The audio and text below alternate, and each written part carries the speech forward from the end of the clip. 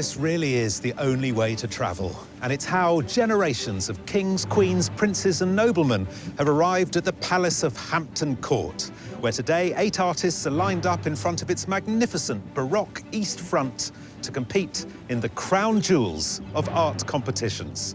Welcome to a brand new series of Landscape Artist of the Year. 2,000 applications, 48 artists, 8 pods, and in our 10th anniversary series, some truly iconic views. Have I painted a bridge before? No, I haven't, but there's a first for everything. This is possibly one of the most daunting landscapes in Britain. I'm looking at all the trains, planes, automobiles and getting a little bit stressed, to be honest. This year, our artists have painted, drawn, printed and collaged like never before. Literally holding everything down. Hopefully it will stay. I just want this piece to convey the chaoticness of today. There's a lot of people, it's really hot. And if painting an artwork in 4 hours wasn't complicated enough, they'll be under the scrutiny of our 3 judges. The thing that's really winding me up is this sort of giant lollipop in the middle one. Yeah. What's going on? With 50 landscape artist wildcards at every heat. You're like half man, half umbrella. Yeah, this is a new invention for today because it's so hot, isn't it? It is hot, yeah. I feel like we're having an umbrella fight. Yeah. The prize our artists are competing for is a £10,000 commission to paint a landscape in the south of France, a region that's inspired some of the world's greatest painters. Our winner will retrace the steps of Van Gogh, Monet and Cézanne to create an artwork for London's Courtauld Gallery. But working through one of the hottest days of the year won't be easy. It's like painting with treacle or concrete. So wish them luck in this heat. Already the backs of my knees are sweating, so I feel like it's not a good start. And join us as we search for the next Landscape Artist of the Year. It's like a mathematical equation, the hook list. My heart bleeds for our artists, as usual.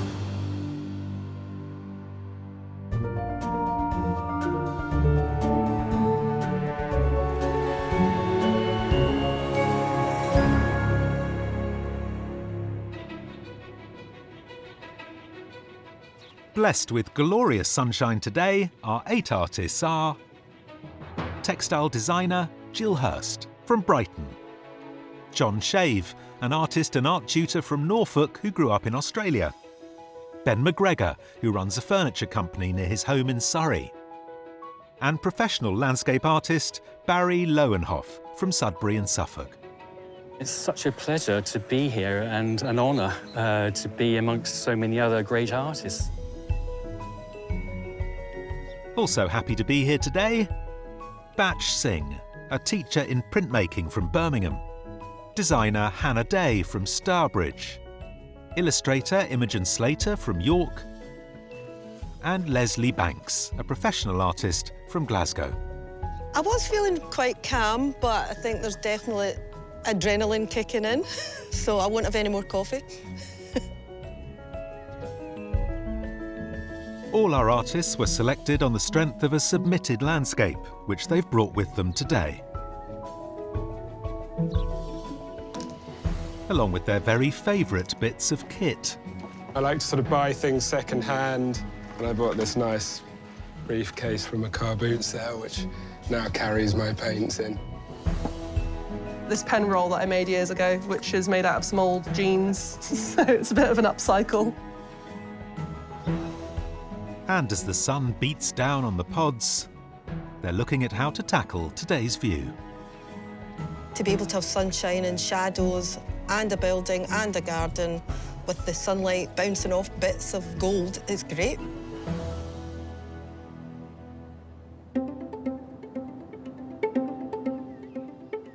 Artists, I hope you're ready to Baroque and roll. You have 4 hours to complete your challenge and your time starts now.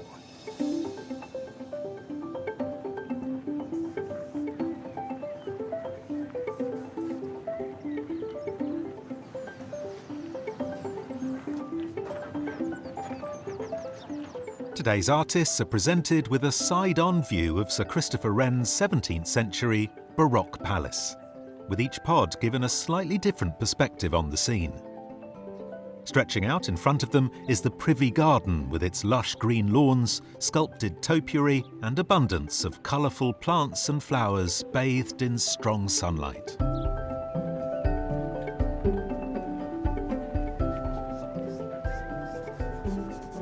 The topiary is quite overwhelming, and the way that it's so geometric and the windows, I'm not really sure yet how I'm going to tackle that, but I'm definitely going to go and have a look at some different angles. I'll be struggling with the windows and all those panes of glass. But there is some lovely colour in that garden, so I'll be all right.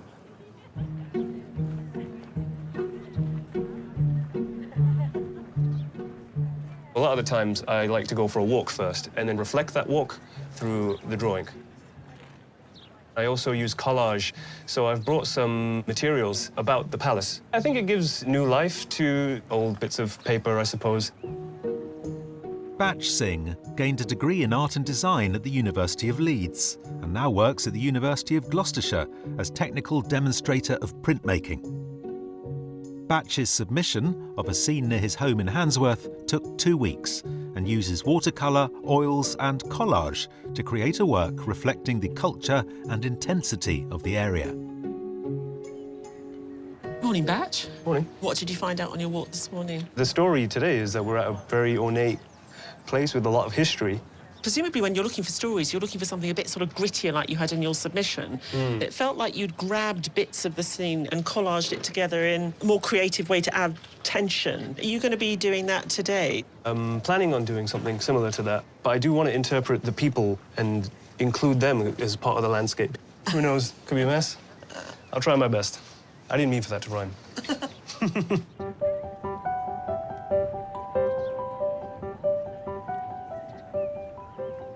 When I paint a landscape, I'm aiming for a sense of the place. I either start with orange, red, yellow, something, to get a feel of what I'm looking at. Professional painter Leslie Banks studied fine art at Glasgow School of Art. Her submission in oils is a nocturne, painted on a recent journey to Italy's Cinque Terre, and uses heightened colour to illuminate the village of Vernazza at night. Leslie, you started with this kind of quite fierce orange colour that's really dictating the warmth level of the picture. But is it a colour you normally work with? Yeah, I rarely start with a white canvas. So it would either be a orangey colour, red, maybe yellow. And I mean, the colour in your submission, the nocturnal blue sky is absolutely gorgeous with the lightness of touch, which is quite different to the rest of the picture. It's more abstracted. Are you going to have that quality here today where you have like the more described things and then the looser? Hopefully. I've been trying to loosen up and focus on areas of the painting that can be quite tight. That's the plan.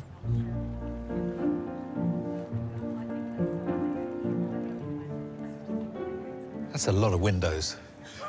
I mean, that's a lot of windows. I don't think we've been in a landscape which has so much repetition in it. So yes, a lot of windows, a lot of rectangular windows, a lot of round windows. Yeah. It's like a lot of conical topiary, a lot of repetition in the garden. So it's a lot of stuff. Yeah. And my heart bleeds for our artists, as usual. Also, as the pods get closer to the building looms larger in their vision. So the artists at the far end are predominantly garden with a building at the end. At this end, it's building, building, building. I hadn't even thought of that yet. Absolutely That's right. why I'm here.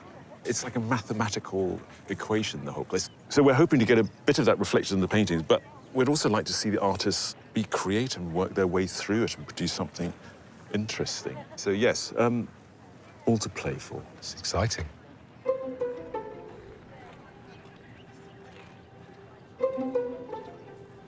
I would say I'm a figurative, traditional painter, but I like to Frankenstein things together from memory or from life. Today is quite tricky because it's all about the angles, and I like to make the composition exactly how I want it. Illustrator Imogen Slater studied art history at Cambridge and has a master's in fine art from the New York Academy of Art. Imogen's submission, a painting within a painting of two figures caught between natural and virtual worlds, captures her interest in illusion and took several days to complete. Morning, Imogen. Morning. I see you've just been for a walk. Yeah, I want to make sure I've got as many different perspectives to check that I've got the right composition. OK. Down by the stairs, there were some really amazing angles, especially that hedge there that meets it. OK. And I'm looking at this lovely sketch here, and Yes, it reminds me of your wonderful submission. But you've got that lovely sense of perspective and depth in that as well. And, of course, I mean, can't forget the strange figures lying on the ground. It's so full of story. I mean, does your work always tend to have that level of drama? And will you be looking for that there today? to be a level of drama, even if it's just in the perspective. OK. Yeah, I don't know, we'll see.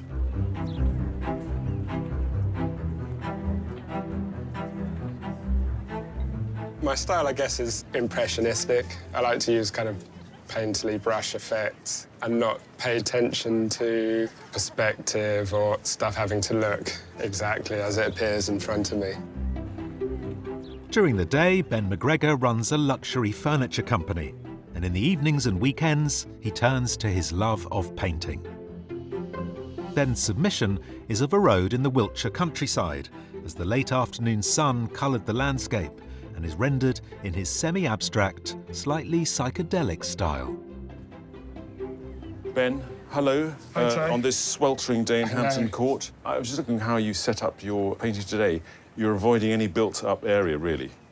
Well, I have decided to tackle the palace, partially, because I don't want to just ignore it. I think it's important that I show that I can do something that isn't organic. OK. Ben, we loved your submission. It is very weird. And I must say, the way you put paint down is very idiosyncratic, but it's intriguing. Yeah. You're almost putting down paint to confuse us a bit, aren't you? A little bit, yeah. I like to abstract the landscape enough. I mean, I like to just go for it.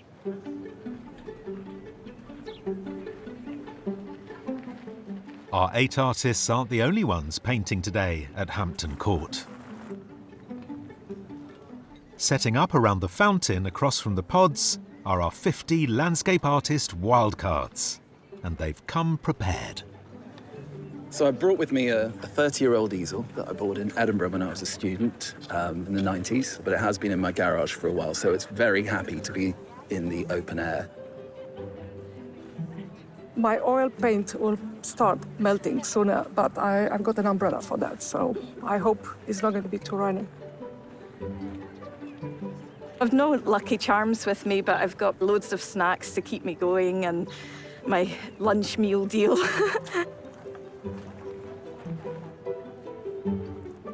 I'm fascinated to see what you're working with. Is this like packaging from your house you bought? No, it's a couple of books from the skips at Hampton Court Palace. So everyone else comes to Hampton Court Palace for a very kind of genteel, touristy day out, and you kind of went straight away bin diving? I got someone else to bin dive. Very good. Yeah. Very Marcel Duchamp.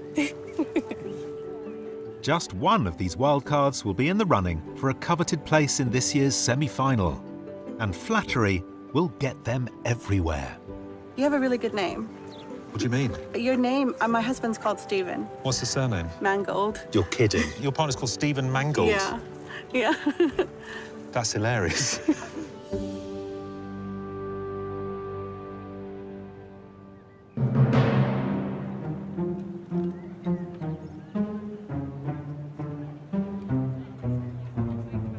I'm not doing very fast work at the minute. I should be a little bit further along by now, but I think the heat isn't helping.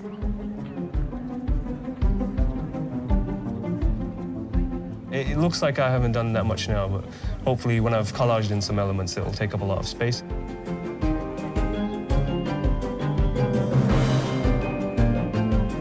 I'm going to try not to do too much detail on the palace. There will be some areas I'll just leave quite loose.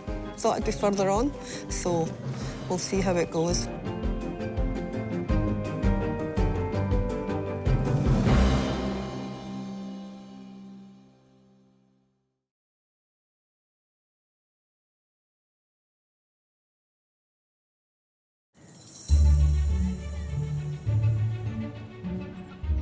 At Hampton Court Palace in Surrey, things are heating up for our 8 artists. It's hard working conditions. And our next competitor is trying her best to keep her cool. I think the building is a little bit daunting because there's a lot of order. I think I want to put a lot of emphasis on the gardens because I feel like that's the main feature of the space to me. After completing a master's at Oxford School of Architecture, Hannah Day now designs and develops adventure leisure spaces. In her submission, a street scene of Lower Manhattan in New York City, she exaggerates vibrant tones to give the piece energy. Hannah, welcome to Heatwave Hampton Court Palace. Thank you very much. Loved your underpainting, this very fierce orange coral colour. I think it really helps to contrast with the green. I think what we loved about your submission was the brightness and the flatness of that blue sky. It takes us slightly into a different space. It was more creative, more imaginative. And I can already see that treatment coming into play here with this brilliant composition where you've shoved the building right over there. Yeah, very much on purpose. I think the gardens is what sings. I feel like it should be celebrated in this. I really hope you can pull this off, Hannah. Me too.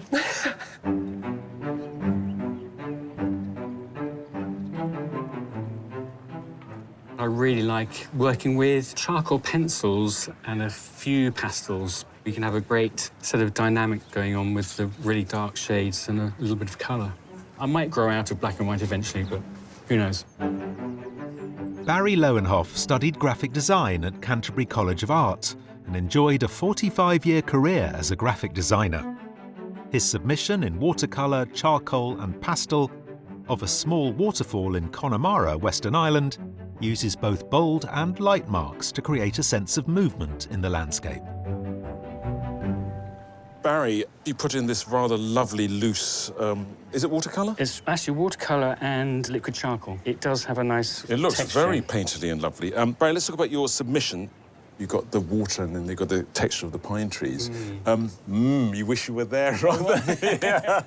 We loved it for those choices you made. You're working with a graphic material. Yes. And I get this feeling with you that the trees and the water, you really like getting your teeth into those. Yeah. Is there something here that you can get your teeth into? I think so, but I won't have the same sense of movement as that has got. But, you know, hopefully with a few random marks, I can give it a bit of life. Well, I'm looking forward to your solution to a kind of interesting problem.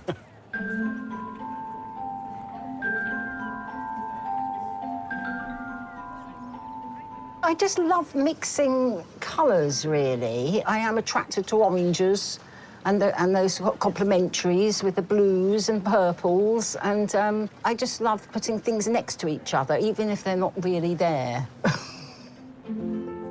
Jill Hurst has a master's in fashion and textiles from Brighton Polytechnic and went on to a career in textile design. Her submission in acrylics is of a flower garden in Brighton's Stanmer Park and captures variation in colour and form using the pinks and textures of the surrounding buildings. Jill, it's quite a view, isn't it? It is, it's amazing. It's got so much in it. We know you love colour, but of course we could see that in your submission. I thought what was so gorgeous about this, that it was very descriptive. I guess you got the chance to do it again today, particularly because there is lovely patches of colour in the formal lawns. You know, the greens, there's some acid greens, there's very subtle purples and bright purples. Pinks and yellow, and the I pinks, can see. yeah. So it's going to be a build-up of lots of these different marks. And then eventually I'll try and get some detail. I really hope you're able to pull that off, because there's quite an amazing story to tell, isn't there? Yeah, there is.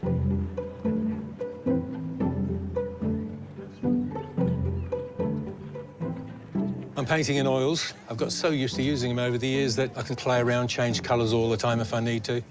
I want it to get a feeling of mystery to it. After 4 decades working as an artist and art tutor, John Shave is now enjoying painting through his retirement. His submission, captured from the upstairs window of a house on Romney Marsh in Kent, is an enigmatic scene of a snowy field bathed in vivid yellow-orange winter sun.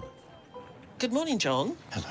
You've raced ahead, haven't you? I like to just fill up the canvas with colour for a start, and then it's just a matter of readjusting. So, I mean, one of the things we really loved about your submission is there's a lot of freshness to it. That feels quite cool, you know, quite temperate. Will you be looking to capture the heat today as well? That's the general idea. Okay. I feel that what I'm looking at is very, very heavy. It's very oppressive. I might just add a little bit more of the dark colours into here, a little bit more colourful, just to make that dark area come alive a bit more. Down from the pods, the wildcards are also coming up with standout ways of tackling the view. I mean, I'm looking at this and it's really bouncing and singing. I really enjoy seeing where colour can go, and I think the neon always brings out something different. Yeah, my eyeballs are popping, thank you. You're welcome. So are you having a nice day, Stephen? If anyone asks for me, tell them you haven't seen me. OK. Would you like to paint? I can't paint. Don't tell anybody. Do you know I host a painting show? I've seen you. Yeah.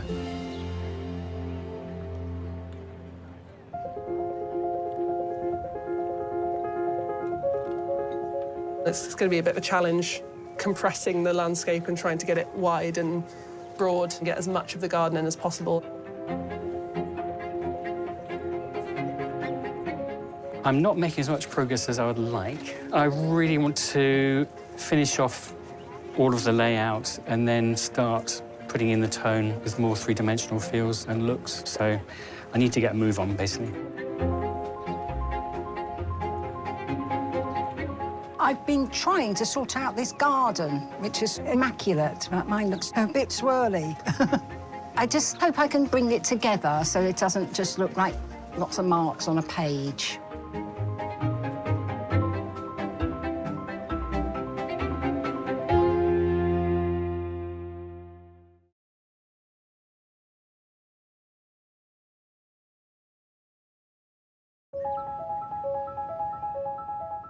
At Hampton Court, 8 artists are halfway through painting the palace's east front and privy garden. Hello. Hello, Welcome Hannah. to the oven. How are you getting on?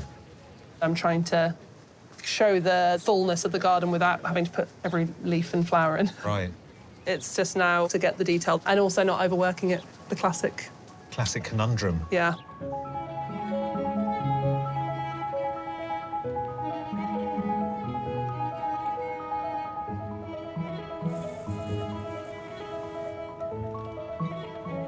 I started off this morning with these background buildings over there behind that gateway, and I've left them dark so that my light in the focal point is going to stand out even more.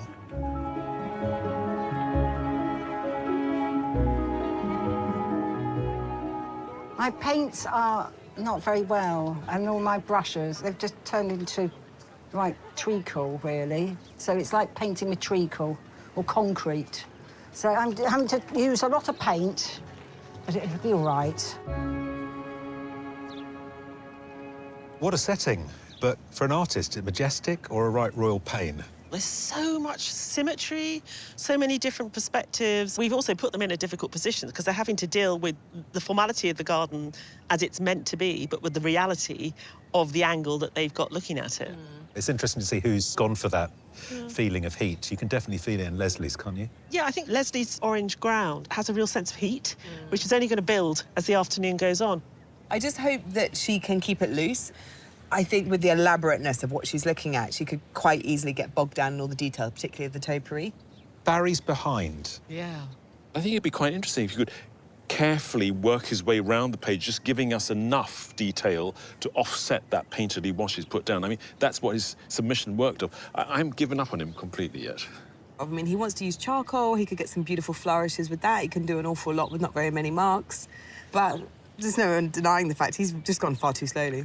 Jill's struggling with the paint, the heat. She says it's drying very quickly. It's impossible. The paint's dry before they've even thought to get it out of the tube. The thing with Jill is that in her submission, it's pretty much the scene that we've got today. You know, she's got the lovely grounds, flowers, and then in the distance, a red brick building. I like Jill's sense of colour. There's something about being in the heat where things are vibrating. And the way Jill uses colour, you sense the shimmering heat. These are big gardens, it's a big building, but John has made it seem even more vast and even more epic. Well, John's given us this very dark, foreboding scene, but it still feels like Hampton Court Palace. It's just a fresher, looser version of it. It's very strange standing out there in the white, shimmering heat, and John's brought the tonality right down. The colours are much darker, which I don't feel. Is Batch cooking? I think what's interesting with Batch is that he's done his research and he's found all these books on Hampton Court itself and the royal palaces, and he's using them in the collage. It's forethought.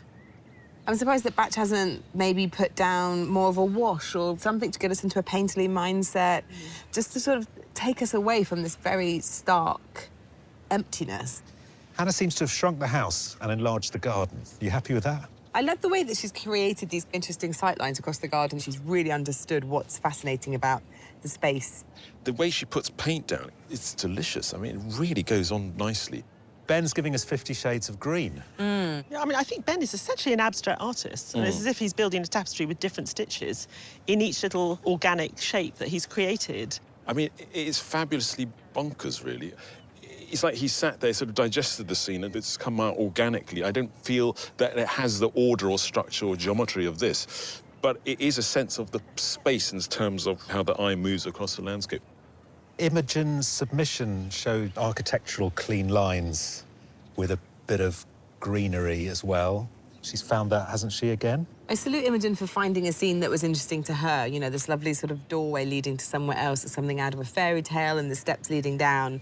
I just think she's incredibly behind. Yeah, Imogen was sort of very nervous. I think just took a long time to work her way around what we'd given her and then eventually found it somewhere completely different. I think what she's got is intriguing, but we need a bit more.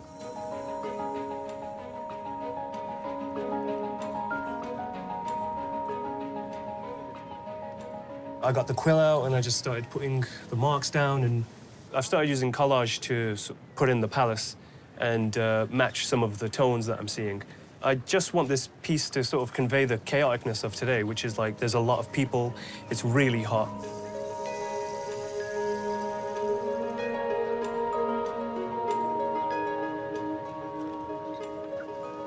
Oh, hello. Barry. Hello, hello. Look at that. You were so behind earlier. Now look at it. It's quite a limited palette, apart from the sky. Yeah. Okay, what's the thinking there? It's like looking at a black and white film or seeing a black and white photograph. They can be really fantastic, can't they? And I love the idea of trying to tease things out and making things look really rich and beautiful.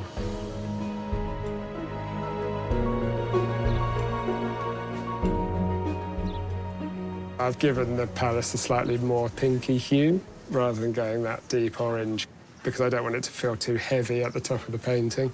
I like the way it's coming together and it's sort of painterly and abstract and quite true to my style.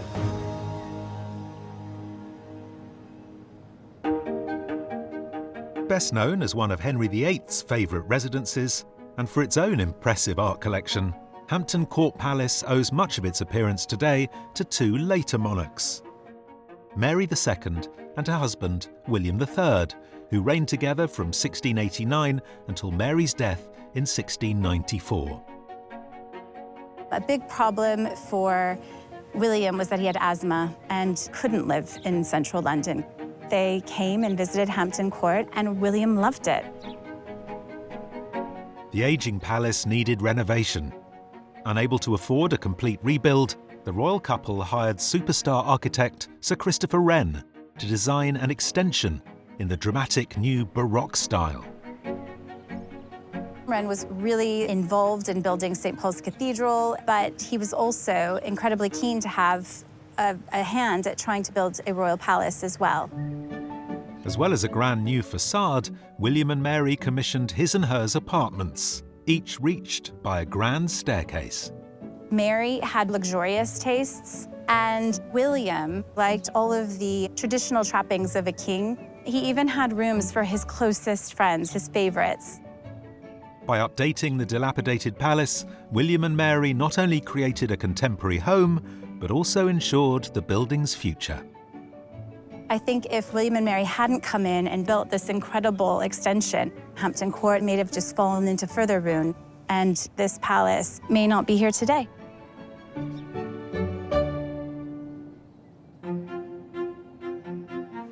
In front of the Baroque palace, the wildcards are also styling it out with their artworks.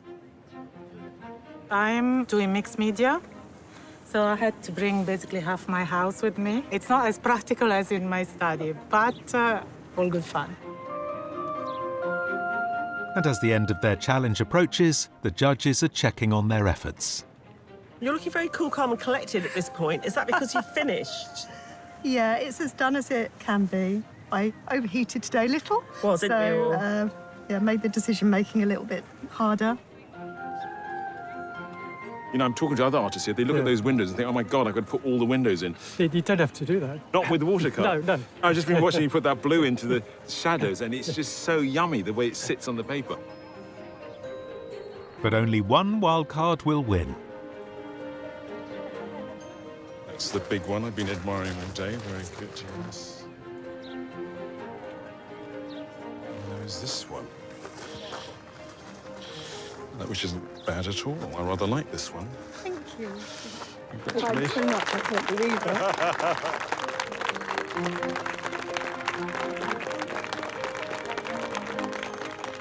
And Sue Smith's romantic, atmospheric depiction is the judge's favourite.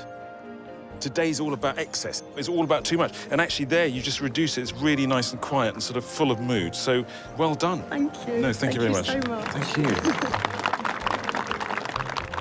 I just can't believe it. I'm so overwhelmed and so excited. I think that's because of the heat. I wasn't making the right decisions, and so I never thought in a million years that I'd win.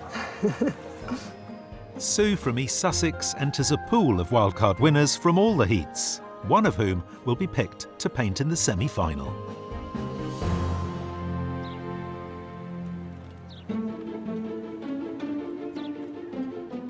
Back in the pods, the artists are soldiering on with a bit of support from the family.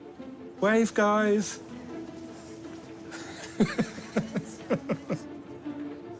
I've just added the purple for the lavender. I think actually the palace has turned out quite well with the stripy flower pots. That was a bit of a risk. Hopefully that's paid off. It was always the intention to leave the orange ground shining through. I'm trying to establish the gardens and the many, many pointy hedges. Same with the windows, just trying to suggest the windows as opposed to do too much.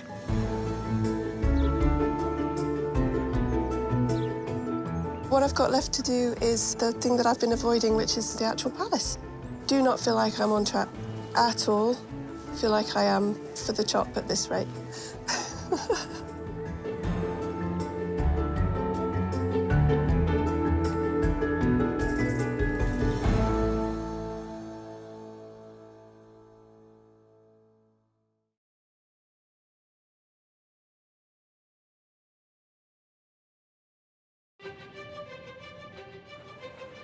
Eight artists are nearing the end of their 4-hour challenge at Hampton Court Palace in Surrey.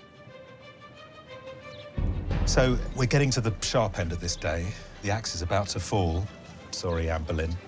How to the wire are you going to go, do you think? Probably all the way, I imagine. Yeah.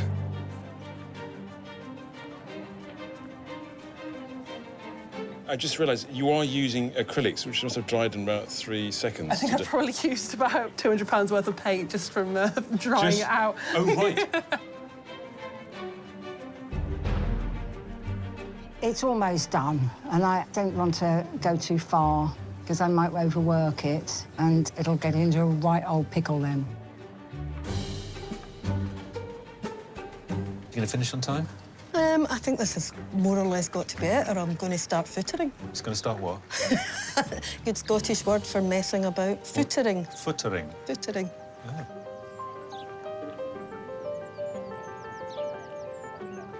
I might be in danger of overworking, so I'm not going to make any more rash decisions. Artists, you have 5 minutes. 5 minutes. Tell them to go away, will you?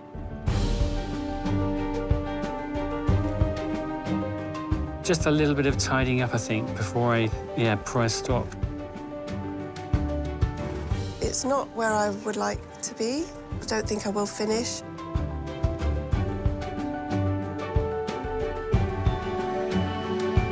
Artists, your time is up. Please stop what you're doing and step away from your artworks.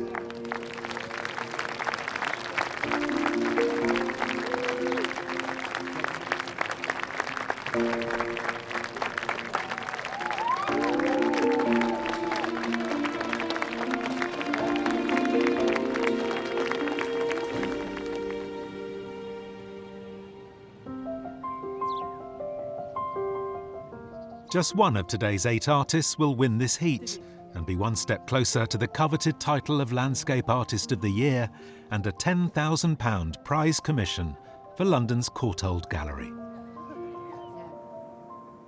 Our winner will travel to the south of France, an area that has inspired generations of artists with its brilliant light and rich colours. They'll retrace the steps of some of the greats of art history, like Impressionist Berthe Morisot, who began work on the port of Nice in 1881.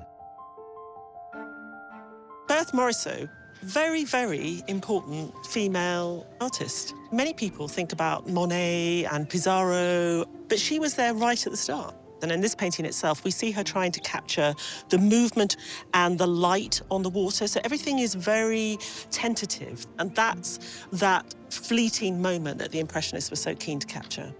Morisot was quite unusual in being a woman that continued to paint after she got married and take her place in amongst important senior men. And we're looking for an artist who is equally unafraid to take their place at the table with those great artists that painted all those scenes down there.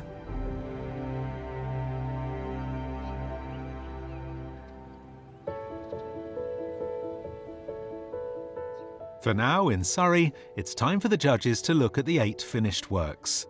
To help decide which artist to send through to this year's semi-final, their selection is narrowed to a shortlist of 3.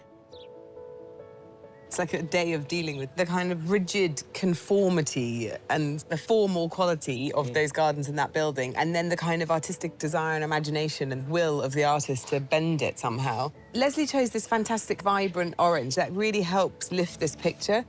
I love when artists play with the underpainting, using a loud colour to work against. Here, it infuses the whole building and makes it slightly unreal. It's interesting seeing how Barry worked this one out. I think the house today just got on top of him. But I do like the mood of this monochrome. Yeah, I love the mood. I think ultimately what we're seeing is something half-finished. With more time, he could have taken it where he wanted it to go. Jill's just, I mean, it's a riotous celebration of colour and topiary. And these wonderful purples and the yellows, it's way, way more colourful than what we had in front of us today. Yeah, I think Jill's got the heat, the shimmering of the colours as they bounce against each other. It's fantastic. Whereas, John, I mean, where are we? Where has he taken us? I find it quite fearful and foreboding. And for someone who depicts nature in truthfulness, he's completely created an imaginary place. It's got a very forlorn quality to it with this luscious paint and quite pretty colour treatment, particularly in the sky with that gorgeous lilac. I think Batch's work is charming. I think it's helped by these painterly qualities, but I'm not getting a strong landscape reading on this. It's very difficult to compare it to the other things.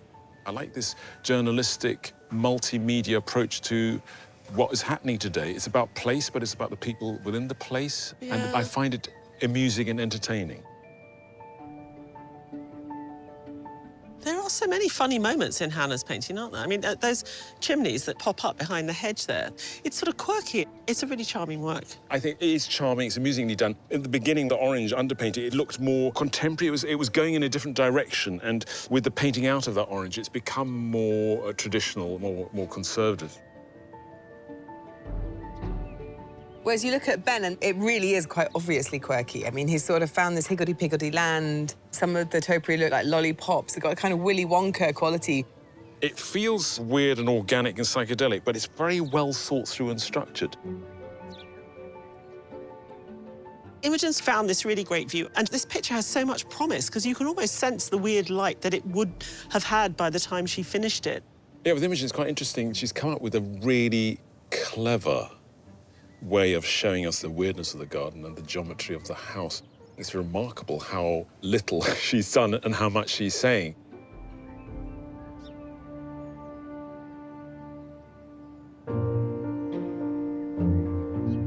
Artists, congratulations on a fantastic day. It's been an absolute pleasure watching you work. The judges have decided on a shortlist of 3. The first artist is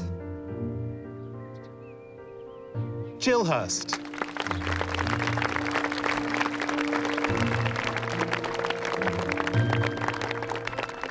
The second artist on the shortlist is Hannah Day.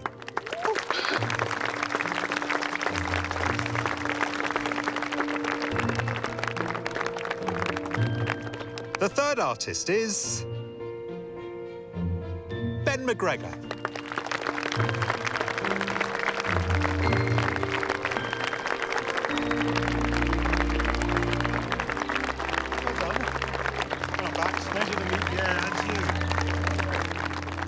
I didn't expect that at all, so I'm really pleased. It's a nice validation to know that you've done good work.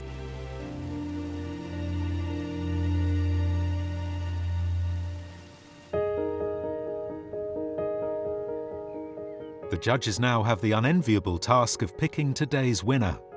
Only one artist can go through to the semi-final. To help them, they also consider the selected artists' submissions. Well, it's interesting that the three shortlisted artists, none of them really made the building the main event of their paintings. So the best way to deal with the building was to slightly ignore it. There are three fantastic pictures of the garden, which also include the building. I find with Jill's painting, the initial reaction is how beautiful I want to be in that garden. But the more I look at them, the more kind of overwhelming they become. Because there's so much colour, there's so many plants, there's so much going on. It's just an abundance, isn't it? There's a joy in colour, and that joy spills out of the work, really. Yeah. There are these lovely passages of yellow in the paintings today. You know, I definitely saw the purple of the lavender spotted here and there, but she's made up these little bits that allow us to take these serpentine movements through the foliage. Hannah gave us that, obviously interested in colour as well. Yeah. That architectural New York scene, and now an architectural garden.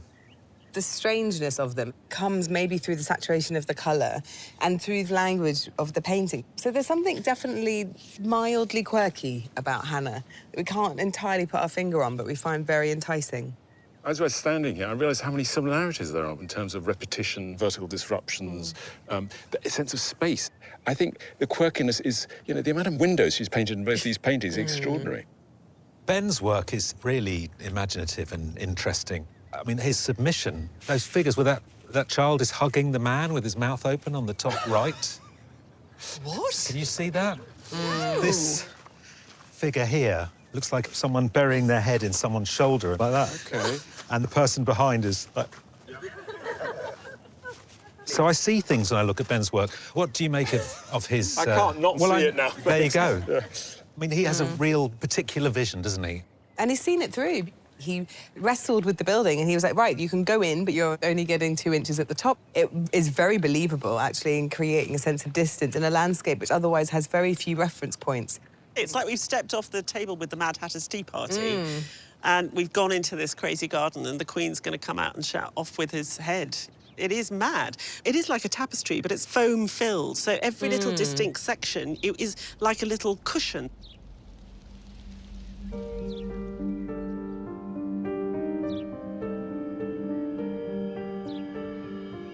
Jill, Hannah, Ben, you should be incredibly proud to have got this far. The judges have had a very difficult decision to make today, but the artist going through to the semi-final is...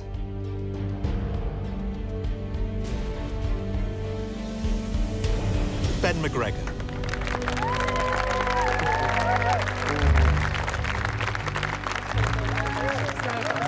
Thank you.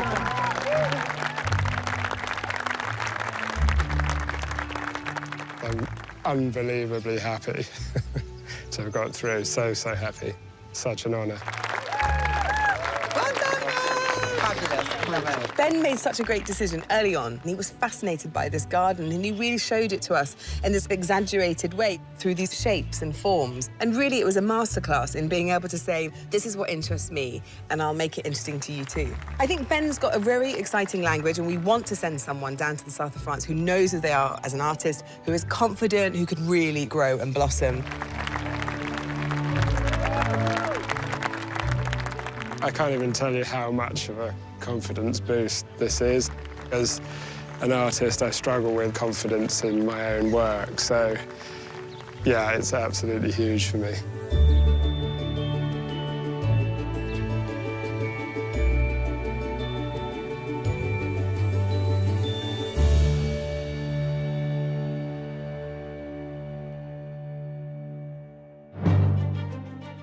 Next time, we're in Llanberis in North Wales, with 8 new artists ready to take the plunge. I'm going. Using sketchy techniques and bold moves. I need a black on my palette or else I'm not painting at all. Who will be deep in trouble? So I'm feeling a bit panicked just because there's a lot to resolve in a very short space of time. And who will be ending on a high? Even just an hour more would have been perfect, but I think I can get it done.